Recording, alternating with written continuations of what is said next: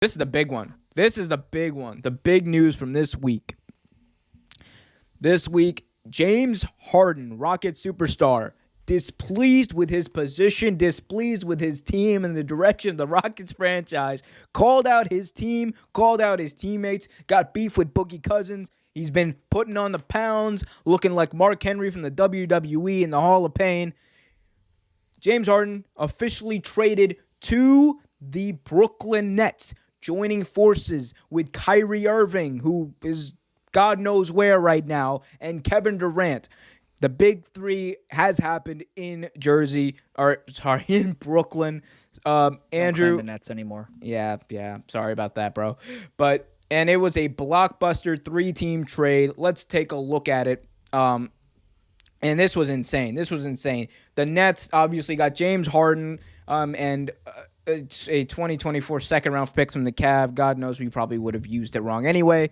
Rockets got Karis LeVert, Crocus, 3 first-round picks, all belonging to the Nets. 4 first-round swaps from the Nets, and they also received Dante Exum from the Cavs, as well as our Milwaukee 2022 first-round pick, which I would have liked to have seen how that turned out because, who knows what will happen with Giannis, but whatever. It be like that, Giannis I guess. Re-upped.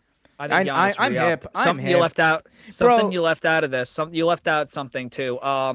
Karis LeVert also. This was also part of it. This was Shams broke this news. Was Karis LeVert was also part of a second trade that was also part of this trade where Karis LeVert was then sent to Indiana for Victor Oladipo. Yeah. That did happen. It happened before I had time to put the graphic together. So my bad. I was like, what? I was like, I couldn't make sense of it. But let me just finish. All these names getting moved. I'm like, wait, what the fuck? Like, bottom hard line, to keep track of. Bottom line, for the 2 people left along with me who are Cavs fans, we got another center, and next year I cannot wait to see Andre Drummond playing the point. That's where this is all going to. We're just, dude, we're doing exactly what the New York Knicks did last year, except we're trying to do it better. We're trying to do it better, and this is look. I've said for a long time, we'll get to James Harden in a second. We will get to James Harden. Let me just rant about these Cavs. These fucking Cleveland Cavaliers. As if we weren't bad enough. Look, all I'm saying is we really need to start thinking about, moving on from Dan Gilbert. I'm so serious about this, Andrew. Dan Gilbert has been he's Dan Snydered this whole operation in Cleveland. He's torpedoed it, all right? We have like fucking 5 centers now, all right?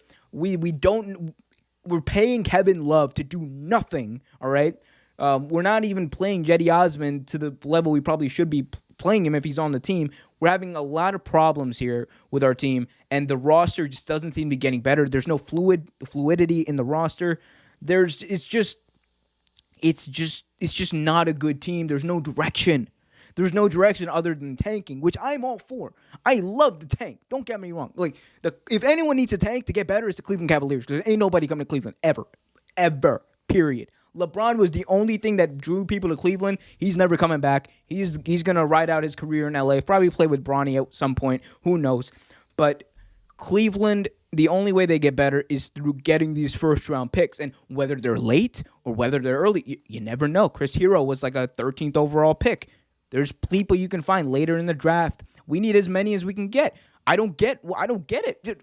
We didn't need to be part of this trade. We didn't need to give up Dante Exum. He was one of like 3 point guard or three guards we had in the team. Now we're down on a guard. What the fuck? You guys must have a lot of faith in Colin Sexton and Darius Garland. Look, I got a lot of faith in Colin. I got a lot of faith in Colin Sexton. I got a lot of faith in Colin Sexton as a shooter. I don't have a lot. I mean, not that I don't have a lot of faith in him like handling the point, but he's just like he is a shooter. That's what he is. He's a shooter, and he can score a lot of points, and he can be. No, he can, Andrew. He can. He 100% can. I know you don't like him. Scorer. He's not really a shooter like that. No, he is a shooter. He is a shooter. He's shooting. Dude, he's shooting like above 45% this year. He's like from the 3. He's good. But look, I do think that the Cavs, and like I said, we'll get to the Nets in a second. I know that's what everyone wants to hear about, but the Cavs, dude, Dan Gilbert, give me some fucking direction here. Jesus Christ. Anyway, all right, Andrew. James Harden got moved to the Nets. The big three for now in Brooklyn are Kyrie, KD, and James Harden. What do you think?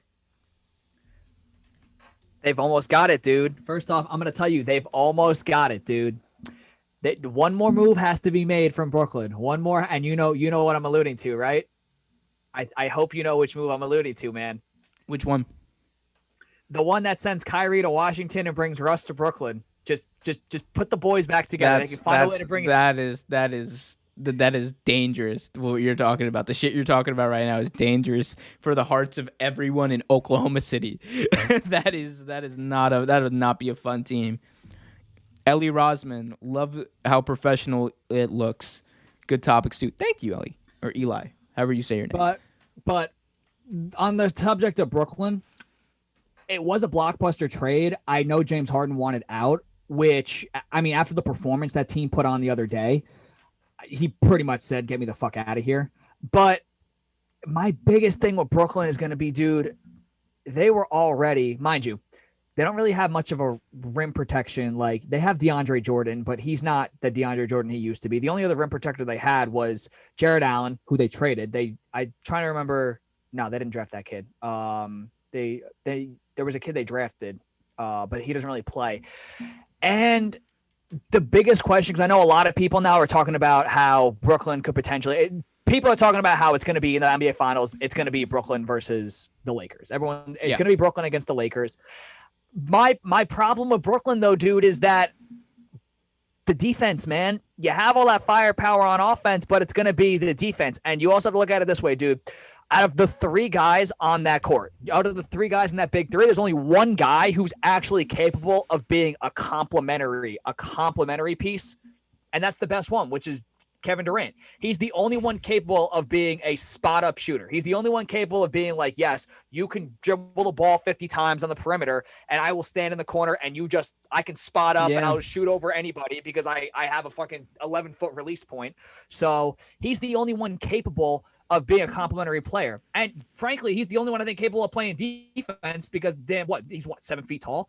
The other two dudes, I don't know, because I know Harden's Kyrie can get his man when he wants to. But if he's there, that's the question. If he's there, because right now he's not. I don't, because they already struggle on defense. That team already struggles on defense. It's like, but here's the thing. I think they're at the point though. I think they're going to be fine. They have enough offense. How do they match up with the Lakers? Oh no! I'm talking about in the East. I think they're going to be fine in the East. The one team that I could see giving them trouble is like a team that it does play good defense, Miami, or even Toronto. Toronto could also give them, because Toronto's like one of those teams, like they're a matchup nightmare because one, their coaching, like Nick Nurse's scheme, the schemes he runs are like they're disciplined. Like, there's players are disciplined, and Kyle Lowry obviously leading the charge there on defense. But I think the question for them, the question for the Nets is, what are the aspirations for this year? What are your goals? Is it a failure if finals or bust? Is it a finals win or bust, or is it just getting to the finals? No, it's a finals win. Finals win. First off, just getting to the finals was one thing. When they went out and they paid Kevin Durant and Kyrie Irving and bought them in while they were both injured, it was with the understanding that, you know what, even though we're both injured, we're just going to play out last season, see what happens. They fucked around and made the playoffs, right? The first year they fucked around, they made the playoffs, got eliminated in the first round. Both of them come back. Kevin Durant, you watched the game last night. It was a nationally televised game. Kevin Durant torched the Knicks and didn't even look like he was trying, and still torched the Knicks.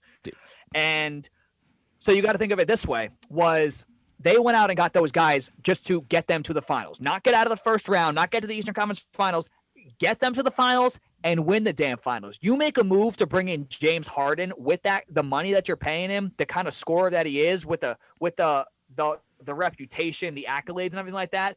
You're bringing that guy in to basically say that this is win a championship this year. win a championship this year while we still have Kevin Durant and Kyrie under contract. Because with that trade for James Harden, I don't know how long Harden's contract is. I know Harden signed a massive contract a few years ago, but once KD and Kyrie's contracts are up, someone's out, someone's gone. You can't pay all of them and still afford to put a team. You don't put a team on the floor. You know what I'm saying?